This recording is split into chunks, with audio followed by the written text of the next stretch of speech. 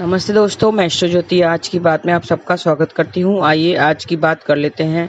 आज बड़ा ही शुभ दिन है, पवित्र दिन है। आज शनिवार का दिन है। शनिवार के दिन शनि मंदिर में जाइए, पीपल पर जल चढ़ाइए और घर से नेगेटिविटी दूर करने के लिए मैंने उपाय बताए हैं, वो कीजिए।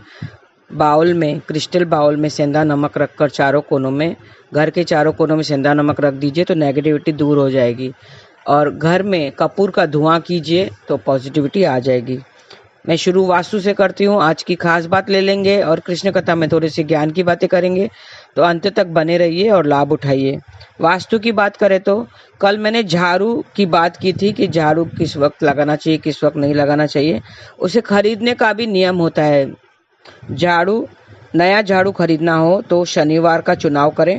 शनिवार को नई झाड़ू का इस्तेमाल करना शुभ होता है और झाड़ू को कृष्ण पक्ष में खरीदना उचित रहता है। दो पक्ष आते हैं, शुक्ल पक्ष और कृष्ण पक्ष, तो कृष्ण पक्ष में ही खरीदना चाहिए। शुक्ल पक्ष में खरीदना झाड़ू दुर्भाग्य लाता है, तो शुक्ल पक्ष में झाड़ू नहीं खरीदना चाहिए।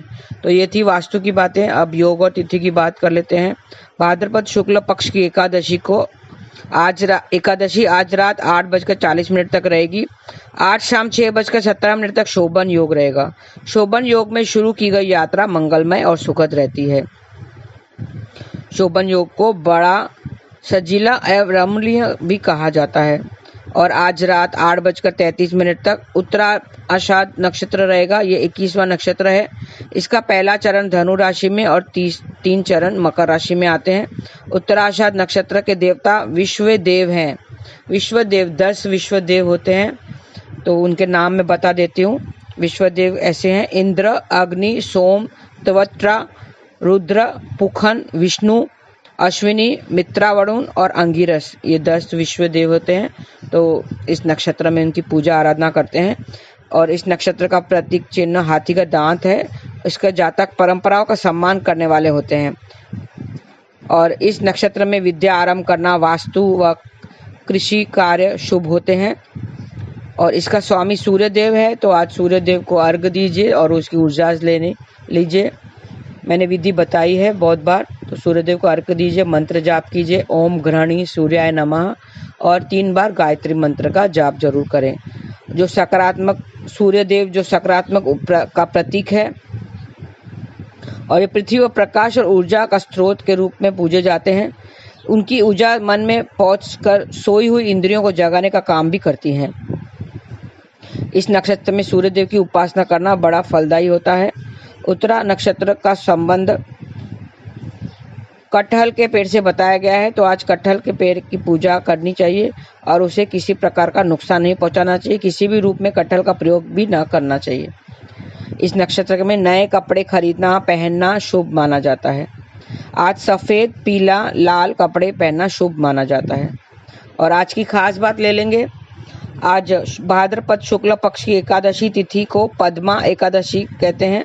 मध्य प्रदेश में इसे ढोल 11 के नाम से जाना जाता है। आज श्री विष्णु करवट लेते हैं, इसके लिए इसे पर्वतनी एकादशी भी कहते हैं, कहा जाता है। 2 महीना पहले विष्णु भगवान योग निद्रा में गए थे, तो आज के दिन वो करवट लेते हैं, ऐसा माना जाता है। करवट लेते हैं, इसके लिए उसको परिवर्तनी एकादशी कहा जाता है। और 2 महीने बाद ये देव उठनी एकादशी हम मनाएंगे, जब देव उठ जाएंगे योग निद्रा से। तो आज के दिन उन लोगों ने करवट ली थी। आज श्री विष्णु के वामन स्वरूप की भी पूजा की जाती है। कल वामन द्वादशी है। कल के दिन पे वामन भगवान विष्णु भगवान ने वामन का रूप लिया था, प्रकट हुए थे, वामन अवतार लिया था। तो आज के दिन वो वामन स्वरूप का भी पूजा की जाती है। आज श्री विष्णु के वामन स्वरूप की पूजा की जाती है। उसकी जो कथा है वामन, आपको पता होगा, मैं कल विस्तार से उसके बारे में चर्चा करूंगी। कहते हैं कि इस दिन माँ यशोदा ने विष्णु जी के वस्त्र भी धोए थे। इस दिन श्री विष्णु को पालकी में बिठाकर शोभा यात्रा निकाली जाती है। आज व्रत करके और विधि पूर्वक पूजा करने का विधान है। 7 अनाजों से मिट्टी के बर्तन भरकर रखने और दान का विधान भी बताया गया है। गेहूं, उड़द, मूंग, चना, जौ, चावल और मसूर न खाने की बात भी कही गई है। इसके आपको वर्चस्व कायम होगा और सुख सौभाग्य की बढ़ोतरी होगी। विष्णु पूजा में मिट्टी के बर्तन पर हल्दी का टीका लगाएं। बर्तन में मूंग भरकर वहीं रहने दें। अगले दिन बर्तन मूंग सहित ब्राह्मणों को दान कर दें, तो घर की सारी जो पारिवारिक समस्याएं हैं वो दूर हो जाएंगी। श्री विष्णु पूजा के समय भगवान को केसर का तिलक भी लगाएं और वामन स्वरूप के मंत्र का 11 बार जाप करें। मंत्र कौन सा है? ओम नमो भगवते वामनाय, ओम नमो भगवते वामनाय। ऐसा आपको जाप करना है तो आपका पराक्रम बढ़ेगा। तुलसी के पौधे में थोड़ा सा दूध अर्पित करें तो रिश्ते बेहतर होंगे और प्रणाम करें। आज स्नान के बाद श्री विष्णु की विधि पूर्वक पूजा करनी है और विष्णु गायत्री मंत्र का 11 बार जाप करना है तो सुख सौभाग्य में बढ़ोतरी होगी। विष्णु गायत्री मंत्र कौन सा है? ओम नारायणाय विद्महे वासुदेवाय धीमहि तन्नो विष्णु प्रचोदयात्। एक बार फिर से दोहरा लेती हूँ। ओम नारायणाय विद्महे वासुदेवाय धीमहि तन्नो विष्णु प्रचोदयात्। ऐसा आपको जाप करना है 11 बार तो सुख सौभाग्य में बढ़ोतरी होगी। आज श्री विष्णु की विधि पूर्वक पूजा करनी है। केले के पेड़ को प्रणाम करें और जल चढ़ाएं और भगवान विष्णु को माखन मिश्री का भोग भी लगाएं तो दाम्पत्य जीवन में खुशहाली छाएगी। श्री विष्णु की मूर्ति के आगे एक माला जाप करें। ओम नमो भगवते नारायणाय, ये मंत्र से आपको जाप करना है एक माला। दाम्पत्य जीवन में खुशहाली छाएगी। पूजा के बाद पूरे दिन गेहूं लेना है, एक मुट्ठी गेहूं लेना है और वहीं पूजा के बाद पूरे दिन वहीं रहने दें। अगले दिन दक्षिणा रखकर ब्राह्मणों को दान कर दें।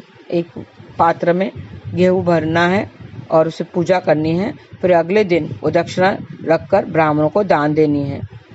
श्री विष्णु जी के सामने घी का दीपक भी जलाएं। भगवान को लड्डू का भोग भी लगाएं। लड्डुओं का प्रसाद छोटे बच्चों को बांटना है तो व्यापार में कमाई बढ़ेगी, व्यापार में आपकी कमाई बढ़ेगी। लड्डुओं का प्रसाद छोटे बच्चों को बांटना है। थोड़ा प्रसाद स्वयं भी ग्रहण करें। श्री हरि का नाम लेते हुए हल्दी की गाढ़ पीस लें और अपने बच्चे के माथे पर हल्दी से टीका लगाएं तो हरि कृपा बनी रहेगी, उसका स्वास्थ्य ठीक रहेगा। आज श्री विष्णु भगवान के निमित्त व्रत करें तो जीवन में उन्नति होगी। भगवान के सामने चंदन की धूप बत्ती जलाएं। भगवान के सामने चंदन की धूप बत्ती जलाएं और पिसी हुई शक्कर मिले दही का भोग लगाएं तो जीवन में उन्नति होगी। जौ की रोटी पर थोड़ा मीठा दही रखकर गाय को खिलाएं तो आर्थिक स्थिति मजबूत होगी। गेहूं की रोटी भी खिला सकते हैं। तुलसी के पौधे के पास घी का दीपक जलाएं। बिजनेस में अच्छी ग्रोथ होगी। अच्छी ग्रोथ के लिए तुलसी के पौधे में घी का दीपक जलाएं। किसी ब्राह्मण को उड़द या चने की दाल दान करें और उसे ब्राह्मणों को दान करना है और उससे आशीर्वाद लेना है तो बिजनेस में अच्छी ग्रोथ होगी। और आज कुछ देर भक्ति संगीत सुने तो आपका दिन सफल होगा। तो ये थे विष्णु भगवान के निमित्त उपाय। थोड़े से उपाय कर लीजिए। आज एकादशी तिथि है, तुलसी माँ को प्रणाम कीजिए और व्रत रखिए। आज के दिन पे विष्णु भगवान ने करवट ली थी, योग निद्रा में गए हुए हैं विष्णु भगवान, तो उन्होंने करवट ली थी ऐसे कहा गया है, तो इसके लिए उसे परिवर्तनी एकादशी भी कहा जाता है। तो आज एकादशी तिथि है, उसके बारे में हम और विस्तार से जान लेते हैं। कृष्ण कथा में हम थोड़ा सा और जान लेंगे। बेहद पुण्यदायी माना जाता है एकादशी तिथि, एकादशी का व्रत। इस उपवास को रखने से मोक्ष की प्राप्ति होती है। इसके साथ ही पापों का नाश होता है। धार्मिक मान्यताओं के अनुसार इस दिन भगवान विष्णु और माता लक्ष्मी की पूजा का विधान है। प्रत्येक एकादशी का हिंदू धर्म में बहुत महत्व होता है। भाद्रपद माह में शुक्ल पक्ष की एकादशी तिथि को परिवर्तनी एकादशी का नाम से जाना जाता है।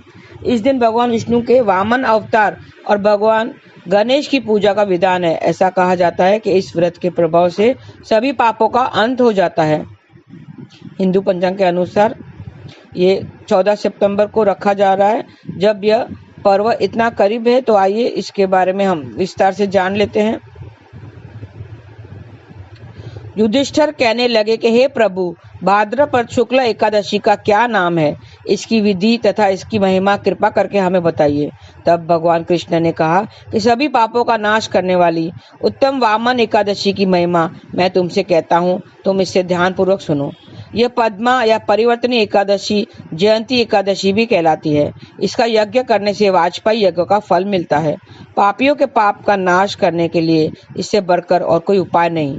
जो मनुष्य इस एकादशी के दिन मेरी यानी वामन रूप की पूजा करता है, उसके तीनों लोक को पूज्य होते हैं। अंत मोक्ष की इच्छा करने वाले मनुष्य इस व्रत को जरूर रखें। जो कमल नयन भगवान का कमल से पूजा करते हैं, वे अवश्य भगवान के समीप जाते हैं। जिसने भाद्रपद शुक्ल एकादशी को उपवास और पूजन किया, उसे ब्रह्मा विष्णु सहित तीनों लोकों का पूजन किया। अंत हरिवासर अर्थात एकादशी का व्रत अवश्य करना चाहिए।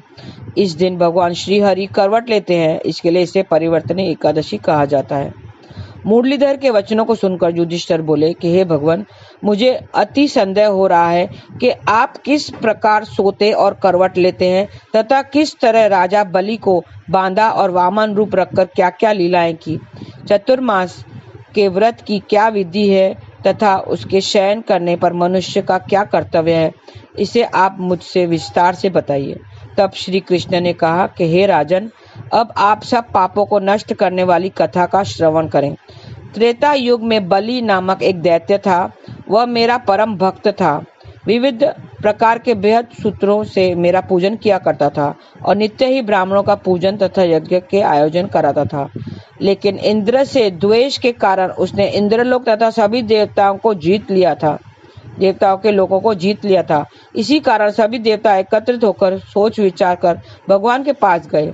बृहस्पति सहित इंद्रादेव देवता प्रभु के निकट जाकर और नतमस्तक होकर वेद मंत्रों द्वारा भगवान का पूजन और स्तुति करने लगे। अंत मैंने वामन रूप धारण करके 5वां अवतार लिया और फिर अत्यंत तेजस्वी रूप से राजा बलि को जीत लिया।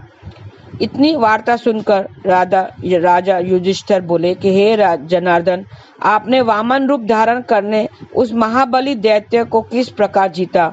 तब भगवान कृष्ण कहने लगे कि मैंने बलि से 3 पग भूमि की याचना करते हुए कहा कि मुझको 3 लोक के समान है और हे राजन, यह मुझको अवश्य ही देनी होगी।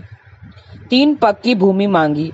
राजा बलि ने इसे तुच्छ याचना समझकर 3 पग भूमि का संकल्प मुझको दे दिया और मैंने अपने त्रिविक्रम रूप को बढ़ाकर यहाँ तक कि भूलोक में पद, भूवर लोक में जंगा और स्वर्ग लोक में कमर, महलोक में पेट, जनलोक में हृदय, यमलोक में कंठ की स्थापना कर सत्यलोक में मुख, उसके ऊपर मस्तक स्थापित किया। सूर्य, चंद्रमा आदि सब ग्रह गण, योग, नक्षत्र, इंद्रादित्य देवता और शेष आदि सब नागगणों ने विविध प्रकार से वेद सूत्रों से प्रार्थना की। तब मैंने राजा बलि का हाथ पकड़कर कहा कि हे राजन, एक पद से पृथ्वी, दूसरे पद से स्वर्गलोक पूर्ण हो गए, अब तीसरा पग कहाँ रखूं। तब बलि ने अपना सिर झुका लिया और मैंने अपना पैर उसके मस्तक पर रख दिया, जिससे मेरा वह भक्त पाताल को चला गया। फिर उसकी विनती और नम्रता को देखकर मैंने कहा कि हे बलि, मैं सदैव तुम्हारे निकट ही रहूंगा।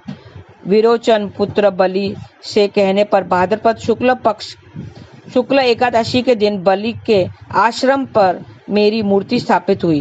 इसी प्रकार दूसरी क्षीर सागर में शेषनाग के पृष्ठ पर हुई। हे राजन, इस एकादशी को भगवान शयन करते हुए करवट लेते हैं। इसके लिए तीनों लोकों के स्वामी भगवान विष्णु का उस दिन पूजन करना चाहिए। इस दिन तांबा, चांदी, चावल और दही का दान करना उचित है। इसके साथ ही रात्रि को जागरण अवश्य करना चाहिए। जो विधि पूर्वक इस एकादशी का व्रत करते हैं, वे सब पापों से मुक्त होकर स्वर्ग को जाकर चंद्रमा के समान प्रकाशित होते हैं और यश पाते हैं। जो साधक इस कथा को पढ़ते या सुनते हैं, उसको हजारों अश्वमेध यज्ञ का फल प्राप्त होता है और श्री हरि की कृपा सदैव उससे प्राप्त होती है।